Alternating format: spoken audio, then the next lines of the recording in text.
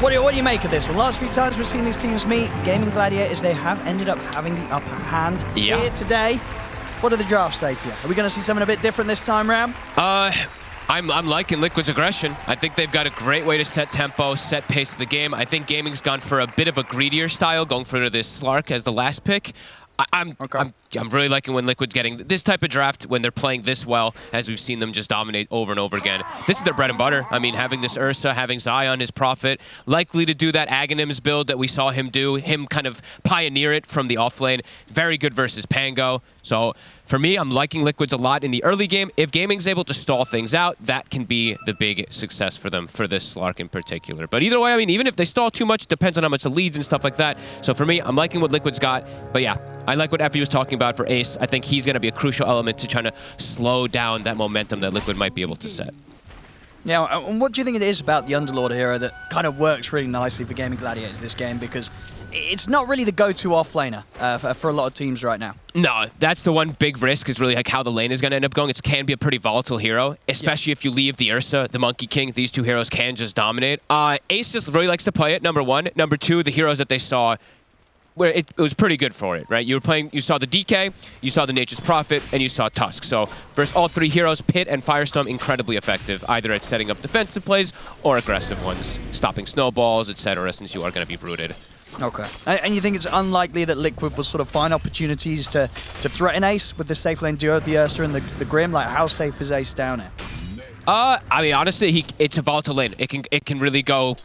It could be a disaster for Ace pretty quickly if they're not careful. But I think Tofu, Hoodwink, this is one of the better heroes in order to secure lanes as well, too. So I think if Tofu does a good job, then Ace is going to have a good lane.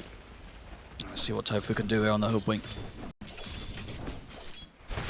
And top, I think this is the lane I'm a bit the most afraid of, to be honest with you. Disruptor and Slark versus Tusk and Nature's Prophet. This sounds honestly pretty miserable for a Slark and for a Disruptor. You're constantly just going to get this is not a fun lane for Dyrachyo. At least not at the start, and indeed Zai, with the Treants out, takes him out. That's first blood for Zai. He just literally put one tree in front of him and blocked the spot, and Dyrachyo didn't actually cut a tree down in time. I mean, I don't think that lane gets any easier for the Slark either. I mean, sure, eventually when you've got some points in Dark Pact, but it's going to take a while until you've leveled that up. Highly likely that Zai's just going to have full control of the lane until you get there. This is, like I said, this is the most miserable lane for sure. For the side of Gaming Gladiators, of course. Mid, I mean, Nisha, he should have a good time also, so I'd say bottom is the one that Gaming can win for sure. Mid can come out as a trade a bit there for Quinn, but top is definitely going to just be a struggle and a catch-up mechanism for Dyrachyo. Yeah, and overall, do you like the Gaming Gladiators opted to pick Quinn 0 early this draft? We've seen a few times that they are able to get like the Pango as the last pick, but here today against Liquid, they were like, if we want Quinn on it, we've got to take it super early. I mean, why not, right? This hero, like we said, I think this hero, even when he has counters versus him, tends to have a pretty successful game. We saw the other day, or yesterday, in fact, when Quinn was playing it, and they had, I mean, they had like Bloodseeker and everything too. He was 0-4 at like the 35-minute, but his impact was still there. It was still very significant. So this game, yeah, there's some hard stuns from a DK. There's, of course, the Soulbind plus the silence that comes from the Grimstroke, and I imagine Zai will go Aghanims, so there is some answers and annoyances. That was nice there from Boxy. Little dodge of the Glimpse pullback with the Snowball allows him to stay on top of Celery, and they're going to be able to take him out. Liquid, after a very solid start here on the top lane. Immediately bully Dyrachyo, too. He's got to jump away. A lane where you're forced to go Dark Pact and pounce at your first two levels. Like, you don't have your Essence Shift to trade. You can't trade. It's going to be a difficult start for Dyrachyo. Yeah. He's just got to make sure that he doesn't go down too many times and then he's able to sort of retire to the jungle. You know, once he has sort of a few points in the Dark Pact, ideally, of course, picks up that 6 in the lane. But until that point, he's not going to have fun. Just not that much, really, that Celery can do to help him. Yeah. No, I absolutely agree. That's why it's like, you know, it's a risk. You blast pick the Slark, you're like, okay, Dyrachyo, he hasn't played it yet this tournament. For the game and everything, if he's able to get hits off, you can see how they could have won it, but there's things that he absolutely could just struggle versus. Laning phase difficult, and then there will be forms of control and stuff that comes out from Grim. I'm not opposed to taking the occasional bounty. I mean, they did pick it, though. You kind of have to always expect and anticipate that Liquid is going to flex their Nature's Prophet. Zai is literally the one that did it probably the most out of anybody in the offlane. So Quinn, and he's only a couple last hits behind in the mid matchup right now, but Nisha absolutely winning. Ace is actually doing very well. So this is like, it's always important to look at how the support's doing and how much he's able to trade and stuff like that to set up success for this Underlord. So Ace, he's having the best time of his course. Yeah, he should be super fine now. He's got the Ring of Health out. 2 points in aura as well. Yeah, crazy amount of right click to get some good denies in against Mickey.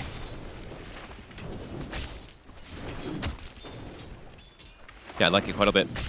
The Vanguard will give him a pretty good chunk of protection. Of course, Ursa is probably one of the better heroes to deal with Vanguard from a safe lane and stuff like that. But yeah, this is an excellent start here for Ace.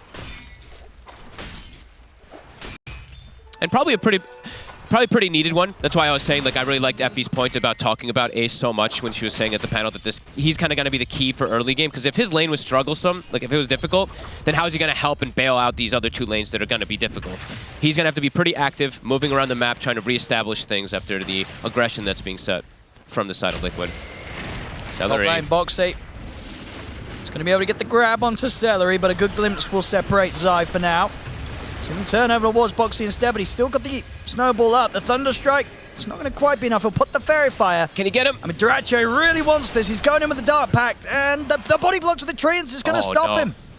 Look, Zai he had him. making sure that Boxy can step away. Now Zai turns around. He's got the Sprout. He's trapped him up. A Duracho taken down. Liquid continue with the outplays on this top lane. That was, what, how low did it end up dropping on Boxy? It was obviously less than 1 hit, but it was like a 10 HP or something like that. Zai, clutch little move there with the treant. Oh, it's going to feel bad as well. You know, we've all been there as Slark players. When you're so close to getting that kill in the lane and you can't get that last hit in. That's definitely going to be a bit of pain there for Duracho. It's pain for Duracho, and it sets up for potential early movement. Nisha, he's 6 already, so they can start rotating around this DK. They can even bring the Nature's Prophet if they see a move to look for this tower. And yeah, NP getting these kills, if Boxy gives him some solo XP, this is a level 6 NP at like 7.5 minutes, maybe even before that. Oh, look at this pressure on mid. Boxy, he's making the movement. Nisha, with the Elder Dragon form, already doing a fair bit of damage to the tier 1 tower. Quinn is very low. Okay, he's got Arcane Boost, so it's going to be uh-oh. He's got to be careful how far he steps up. Now with the mana, though, should be safe. Boxy's making the long route. So yeah, he's giving solo XP to Zai. He wants to get that Wrath, and they want to try to shut down Ace a bit. He does have the Vanguard. He is tanky, but if they can build up the Fury swipes, they can kill him. I mean, how prepared are Gaming Gladiators for this sort of move? They see him now with the Sentry. They'll just go for the easy one. Yeah, they're going to go straight for Tofu. They'll trap him in with the shards. He'll try and turn with the bushwhack, but it won't be enough to stop them from taking him down. Liquid. 4 kills now. Super strong early game. And look at mid. Zai, he's coming in. This is pre-6, but he wants to threaten tower a bit here too. I mean, Quinn, he's already used the swashbuckle. See if we get some body blocks here from Zai. He's doing nicely with the treant. Oh, it's I mean, Zai. What the hell, From Zai? the top lane to the mid lane. Zai off to a hot start here this game. He's more than happy to take the profit, as you say. You know, Liquid, they have that flexibility. Quite a few of the top teams right now. Safe lane, off lane, both cores very, very able to play it. And Zai, this time, getting his hands on the Nature's Prophet and doing absolute fantastic work here in the first 7 minutes. What are they feeding this man? These body blocks are ridiculous. Honestly, some of these kills you probably wouldn't anticipate by any means. This is pretty amazing stuff. See this consumable gold spent. Insania is having to bring quite a bit to protect Mickey versus the spam that's coming out from Ace and Tofu. Can't quite connect. Yeah, they're really trying to set something up here for Quinn. I'll see if Quinn still finds an opportunity to go. Under vision now. Unlikely to be caught here, Liquid. Nisha's rotating over. Radiant's bottom tower is under attack. I mean, they know how desperate Gaming Gladiators are to find some sort of kill. Quinn. And they're going to look to take the fight straight back at them, as you say. They'll go for Tofu. We'll see if Quinn can make it out. He should be fine. He's still got Rolling Thunder. And yeah. Ace is by his side. Insania doesn't have the point of silence. But look at this move top. Nisha, he's TP'd up there. He's ready to help out on them take down Duracho. So from the aggressive play down bottom that they're able to punish, Nisha gets involved there. TP's top. I mean, Liquid, they're firing on all cylinders here in this early game. They're stopping the early game. Nisha is going to have a blink pretty much done after this tower with treads and an upgraded wand. This is a big deal. Setting the tempo very quickly as we said they would. Quinn gets one back. He gets him a kill on the board here. Takes out Insania bottom lane, but yeah, this pressure on the top tower. We'll see what they do about it. Tofu's around, but he's got to be careful. Boxy, if he catches wind of him, he'll go straight for him. They don't have great ways to defend towers until Ace is the one that wants to show up. And right now, Ace, he doesn't want to go up there. He's definitely at risk of dying potentially if he does. So, I mean, he has the Fiend's Gift, but yeah, he can't go up there. And Boxy, he's got the catch on Tofu. A bit of a body block sets up for Nisha to get in with the Dragon Tail stun. Another kill for Nisha. I think this is the fastest Blink Treads on DK I've seen in a very, very long time. We might have the stat for that. Blink, Treads, Wand, and Bracer. It's all the little items as well on top. That's true. That is pretty crazy. Nearly 5 minutes faster than the average. We probably had like a brown boot Blink that was faster, I'd imagine. That's true. That's definitely likely. Radiant's bottom tower is under That makes sense. I mean, yeah. That was probably brown boot completely Blinks. naked Blink rush. Yeah. That game, yeah. Okay. Yeah, they're absolutely crushing it here, and they're looking for more. Smoking up. Insania still doesn't put a point in silence. That's a bit curious. I thought maybe versus the Pango and versus the Slark, he'd want that 1 point at least in the Phantom, but prioritizing the 3 points in Nixwell for now. Boxy gets a haste, and he's going to set up. He's in with the snowball. They jump forward. Nisha's got the follow-up. Okay, that's the Inkswell with the Blink. There we go. Makes sense. Wow. This early game, it just feels like it's all getting a little bit too much here for Gaming Gladiators. It's too fast. It's just so quick they're able to make moves. And Insania, even though he's had to buy so much regen and stuff, his gold was impacted a little bit. The Tusk actually gets Arcane Boots early. I mean, they have vision on Duracho here with this cliff ward. He's got to be a bit careful. He will get back out into the safety of the shadows, but they're getting bullied out of this top lane now by Zai. Already half the way on towards the Aghanims. Does know the ward's there, though, so he will be able to get that cheeky D ward. And it's his sentry, so gets the gold himself. But quick moves. I mean, Liquid's heading up here. Yep, they want to go for him again. They want to bully him out. There's rotation coming from Gaming, though. What can they find? Level 6 is on Celery. Quinn wants to go. They're leashed. Get the soulbind off, and look at this. He's out of there. He's heading into the portal. He's there, but he is dead. It does mean that Nisha gets left behind, but Insania is able to make the most of the fact that was laid down there by Ace. He'll use that to get out. That was he was so quick. It was instant from Insania. It's like, oh, that's my ticket out of there. Good luck, Nisha. Oh, that's hilarious. But they get the bigger kill. They get the all-important one. Nisha does get slowed down, does get brought down, and Quinny's the one who gets the kill, gets that last hit. So enabling him to get closer and closer toward this defusal, which they need. They need pretty much everything from Quinn and Ace this game in order to set up Duracho to even make it to the later stages. So it does look like his timing for that defusal will be good.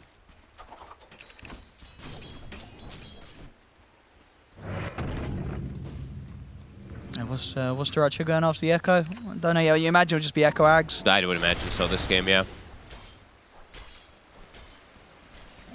Oh, that'll get the brush off.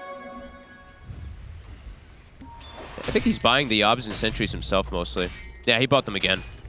It always makes sense for the slot players to get the Sentries, but he's buying the Obs as well. He's like, guys, I need some more coverage up here. Liquid trying to continue their pacing. Yeah. Look at the set up on Tofu. Not a lot to be done. Too much damage here from the support duo combo. Boxy and Insania right now. Duracho swinging over. They'll look for Boxy. And of course, with the pounce, they'll put a stop to that TP. They'll be able to punish Liquid a little bit for that. Nicely done. Trade. And Quinn secures the last hit. So now Defusal is online. Okay. So he is still pretty much neck and neck with all the cores. His damage is going to be very nice. We see Zai, as I mentioned before, he's the one who pioneered it for the most part that I saw, at least in so many games. He's getting closer and closer to that axe. He almost has it done. So versus Pango, it's always excellent. Extra forms of little roots to disrupt him from going for his rolls. And just the benefit of it just being up every 60 seconds. Warriors of the wood. Let's see what they can do with this Diffusal Blade reveal from Quinn. Static Storm back online. They're trying to match aggression here. Dire are scanning. Mikke, he's about to have Battle Fury finished, so neck and neck with the Slark, but he's going to start quickly pulling ahead of him if they're not able to find this Ursa at all. No, absolutely. I mean, yeah, Duracho's right. Yeah, he does want to get the Diffusal on top of the Echo, so he's going to look to fight, look to get kills. Interesting. Get the glimpse back onto the DK, but Nisha's pretty tanky. He's going to get some safety as well inside of the snowball. Oh, The Rolling Thunder's there. It's going to knock Nisha back a little bit. The follow-up bushwhack into the sharp shot will take Nisha out. Good moves. See if they can get more here, Gaming Gladiators. They've got the slow from the defusal on towards Boxy. Boxy also to fall. Ace, I mean, great stuff with his Fiend's Gate getting involved in Insania. He's able to get away. Love the invasive play, and Ace just coming in too. And yeah, interesting. I mean, maybe he will commit for it, just wanting to have this double defusal versus DK. It is annoying for DK's and Ursa. Their mana pool is pretty low, so if they're just getting Pango hit, plus a defusal Slark hitting them, could be something cool. Trying to just, I guess, match the aggression, right, rather than wait for timings. So that's cool. Oh yeah, for sure, yeah. I mean, Duraccio's going to want to fight, whilst, Mickey, on the other hand, he wants, after this Battle Fury, of course, to be able to get, like, the Blink and the BKB before he's forced to be involved. No, definitely. 11-5, but Gaming, they've caught up to that net worth at the least. And this is also, they've already taken 2 towers for Liquid too, so right, they have that gold influx from towers, and it's Gaming who's actually being more efficient around the map without having that mid tower taken out yet. So now, Aghanims is done. Wrath of Nature's going to be back up in about 30 seconds. But yeah, Gaming done some excellent moves to recover stuff. And the usual builds that we're seeing, I mean, Celery, he almost has drums finished up, so it's just like that rush that they do so often, all these auras. And Ace, pretty close to getting those groups. So that's also, there's so many different things to talk about, of course, because like, there's this Nature's Prophet who goes Aghanims for fighting, but then they're not going to have that Greaves carrier on the flip side, where Gaming has it super early from this Underlord. Quinn, he's going to be able to close the gap on Zai with the Rolling Thunder. Boxy's by his side. The catch onto Zai here with the bushwhack, but the save's there with the snowball. Boxy takes Zai out the side. They'll be able to turn around now with the numbers turning up with the Soulbind instead of onto the 2 of them. Quinn in trouble. He'll get the shield crash off. Tanky. He's indeed blocking, reducing a lot of that incoming damage. Quinn's able to walk away. They couldn't quite finish up the Pango, and now Insania and Nisha, they're going to try and get a kill out of this. Mickey has turned up the fight, but he's only got a Battle Fury. He probably does not want to be here, because it's a triple kill for Ace. 3 dead on Liquid. Mickey, he's got to get out. Can they get a glimpse? Nisha, he's trying to hide, trying to go back in. But they're going to find him. He's dragged back into the kinetic field. Gaming Gladiators, they're going to look to take down the Dragon Knight as well. Beautiful. 4 dead. Ultra kill for Ace. Ace the Underlord, 403, top net worth. Great stuff. The mech saving Quinn so he can get the time to get the shield crash. The amount of damage he did in this fight on this Underlord too, he's by far the highest. 2,500 damage done compared to 1,500, or 24, sorry. No, this is just classic Ace stuff Yeah. there, really. Give him this sort of offlane, he gets the mech, and then the Vanguard, and then he's joining the action, and he's getting the kills. We see it from him like on his Dooms, and he's showing us it again on the Underlord this I mean, click him right now. Look at his bonus damage. Plus 420. There we go. Beautiful. Lots and lots of damage here from Ace. Top net worth. 3 shots the Centaur, big Centaur, 1 shot's the small one. I mean, he's the carry. He's the carry right now. Truly is. And you could clearly, like in that fight in particular, you could see the big reasoning of why they wanted it. Yep. I was mentioning versus those cores, versus DK, versus NP, you can't clear the treants. Another grab. Gaming. I mean, they're doing fantastic here now. They're getting the lead, and Liquid, we saw in that last engagement, it is at the point now where Gaming Gladiators, they're very much ready to fight as a 5-man. Liquid, on the other hand, they have got the blink now, Mickey, but really he wants that next item. Yeah. Until he feels confident turning up. It's honestly fighting in like a 5v5 situation is pretty difficult until they have like Nisha with a BKB, because he's quite vulnerable now versus all this immense look at this damage. in the mid. Ace, he's got the setup, the Soulbind will hop back the 2 of them. They get the glimpse. Let's see if Zai can walk away from this. He's got to have to deal with the fact that Ace is in on top of him and gets some pretty hefty right clicks in. I mean, Boxy, he's ended up in the river there with that snowball and will not be able to walk away from them. I mean, at Ace, the least sort of takes the attention away from the rest of his team, Boxy. Ace is invulnerable, it feels like. He does the disassemble play, so had Vanguard, disassembles for Hood. Now he's gonna go for Pipe, so Pipe Greaves, they're gonna snowball pretty hard here on Gaming. Yeah. And difficult for Liquid to fight pre-BKB in particular, at least on the DK. Ursa might even be forced to go one before going for Basher and stuff like that too. This is a very good window for Gaming to set pace themselves, and very good vision in order to do so as well. They have this ward that's already been up for 2 minutes around the triangle. Like, Duracio snuck in and somehow placed this. Radiant are scanning. Ace, yeah, Pipe about to pretty much be done. So Atrophy, Aura, Greaves, pipe. Definitely some damage issues that are going to be kicking in. I mean, what is it? What is the plan now for Liquid? Are you just going to try and force fights as the four of you, try and find some pickoffs, or are you just sort of sitting back and hoping that Gaming Gladiators don't come looking for your Ursa right now? Honestly, you have to like kind of look for these individual pickoffs, but Gaming's not really splitting up to give it to you, so I think if that's the case, you have to just at least finish one of these BKBs, like Nisha's in particular. You're just going to get run down. You're going to die to this overwhelming damage. Sensania. He'll turn and drop the ultimate, but he's got nothing else to save him there. This is incredible stuff right here. Tower mid, now going to be taken out. A 4K lead has been claimed. And they're moving quick as well. Dracho's feeling super strong. And the TP top Zai, he can't get away. I mean, he's going to step back into the port. He's going to get back over, but Ace is there. He's there waiting for him. And back up top, Dracho, I bet he got a fair few Western shifts from that, right? He got a solo kill. And he's going to maybe be able to get more. He's going to look towards Boxy. Boxy will get the snowball off. But backup's coming in. They get the glimpse as well on a Mickey. They've dragged back the Ursa. Mickey, he'll try and run away with the enrage here, but the root's up from Ace. See if it's going to be enough. They've got the Thunderstrike. The support's desperately trying to help Mickey get out of there. But I mean, the shards, it's not going to hold them back. Ace, Boxy. He takes him down with a right click. Double kill for Ace. They're diving the base. Look at his bonus damage. 20 minutes in, they're going past the tier 3s. They'll get themselves the team wipe. Gaming Gladiators, they are slamming down Liquid here. Liquid, they had a good start off the lanes, but at this point, that is a distant memory. Gaming Gladiators just full-on aggression, and Liquid, they cannot deal with it. Consecutive back-to-back one-team fights, and now with the stacks, I mean, Ace has a free Rapier. They've got a Pango. It's Roche time. Uh-oh, Liquid. They need to stall for BKBs, but Gaming's just not giving them the time. No, absolutely not. Gaming Gladiators, they're not giving the opportunity for Liquid to do anything right now. Full control of the game, full ags on Quinn. Full ags on what the? I mean, Quinn even massive now too. Ace definitely the difference maker though. 7, 0, and 5. This Underlord. That's fantastic. He's done everything. Everything to bring them back with the 2 supports. And they're going to keep it going. Don't let them farm the BKBs.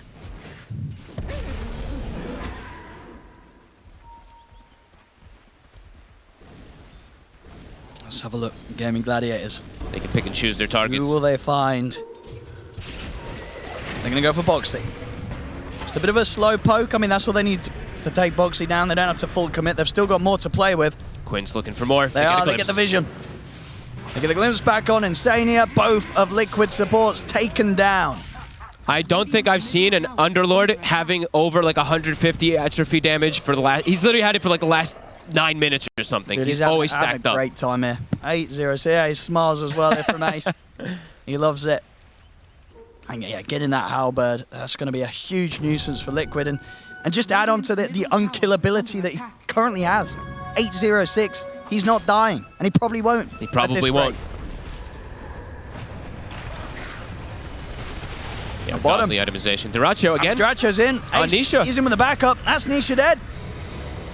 Insania, not much he can do to help out. Throws out an ultimate, but they don't care.